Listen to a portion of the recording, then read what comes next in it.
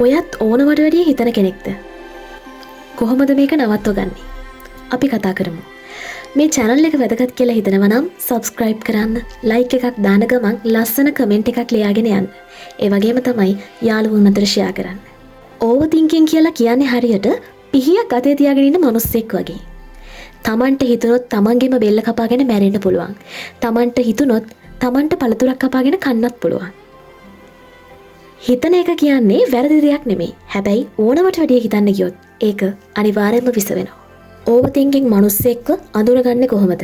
ගෙදර ඉන්න සුරතලාට කැම ටිකක් දාලා සුරතලාගේ කැම ටික කෑවේ නැත්තම් ඕවර්තින්කින් මිනිස්සයා සති ගණන් මාස ගණන් මේ සිදුවීම පිළිබඳව කල්පනා කරනවා.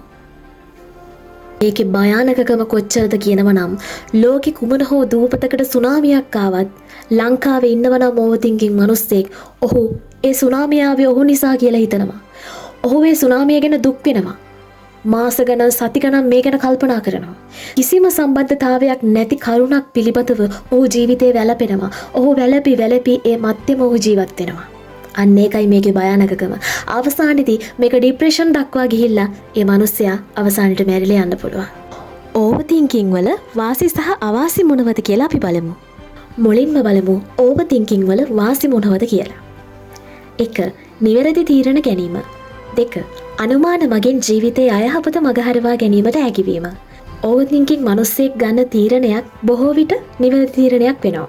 හේතුව තමයි ඒ මිනිස්සයා තීරණයක් ගන්න කලින් බොහෝ විට හිතනවා. ඒ වගේම තමයි මේ මිනිස්සයා ළඟ plan B එකක් plan C එකක් තියෙනවා. ඒ නිසා ඒ මිනිස්සයා ගන්න තීරණ බොහෝ විට නිවැරදි වීමේ සම්භාවිතාවය වැඩි. ඒ වගේම තමයි අනුමාන කිරීම මගින් ජීවිතයේ අයහපත මගහරව ගන්න පුළුවන්. තමන්ගේ ජීවිතේට මිනිස්සෙක් එන්න හදනවා නම් ඒ මිනිස්සයා තමන්ගේ ජීවිතේට එන්නේ ඇයි කියලා ඕවර්තින්කින් මිනිස්සයා 100,000 පාරක් හිතනවා. අයහපත ජීවිතයට ලං කරගන්න එක බොහොම අඩුයි ඕවර්තින්කින් මිනිස්සෙක් ළඟ. ඕවර්තින්කින් වල අවාසි මොනවද?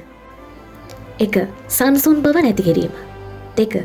ජීවිතයේ සුන්දර අවස්ථා මගහර දැමීම. දන්නවද? ඕවර්තින්කින් මිනිස්සෙක් හැම වෙලාවෙම ඔයා හිතුවට එයා වාඩි වෙලා කල්පනා කරනවා කියලා. ඕවර්තින්කින් මිනිස්සෙක් හැම වෙලාවෙම තනි වෙලා පුටුවක් උඩට වෙලා කල්පනා කර කර හිටියට ඒ මිනිස්සයා තමන්ගේ මනස ඇතුලේ 100,000 මිනිස්සු සංඛ්‍යාවක් එක්ක ඔහු ගනුදෙනු කරනවා. ඔහු හැම වෙලාවෙම මනසින් හරිම ක්‍රියාශීලී. ඒ නිසා ඕවර්තින්කින් මිනිස්සයා හැම වෙලාවෙම නොසන්සුන්. ඔහුගේ සංසුන් බව ගොඩාක් අඩුයි. ඒ වගේම තමයි ඕවර්තින්කින් මිනිස්සෙක් තමන්ගේ ජීවිතයේ සුන්දර අවස්ථා බොහෝ විට මගහරව ගන්නවා. ඔයා හිතන්න ඕවර්තින්කින් මිනිස්සෙක් ප්‍රේම සම්බන්ධතාවයකදී තමන්ගේ ජීවිතයට පෙම්වතෙක් හෝ පෙම්වතියක් ළඟා කරගන්න කලින් 100,000 වාරයක් හිතනවා. ඒ වගේම තමයි ඕවර්තින්කින් මිනිස්සෙක් තමන්ගේ ජීවිතේ යාළුවෙක් ලං කරගන්න කලින් 100,000 වාරයක් හිතනවා. මේ හිතන එක මගින් ඇත්තටම ජීවිතයේ සුන්දර අවස්ථා බොහෝ වෙලාවට මගහැරෙනවා. ඒකෙන් ජීවිතය අයහපත මගහරව ගන්න පුළුවන් වුණත් ඇතැම් වෙලාවට අවංක මිනිසෙක් නම් ඔබේ ජීවිතයට ලං වෙන්න එන්නේ ඇත්තටම ඔබට ජීවිතයේ සුන්දර අවස්ථා බොහෝමයක් ඒ මගින් මගහැරෙනවා. ඉතින් කොහොමද මේ ඕවර්තින්කින් නැති කරගන්නේ?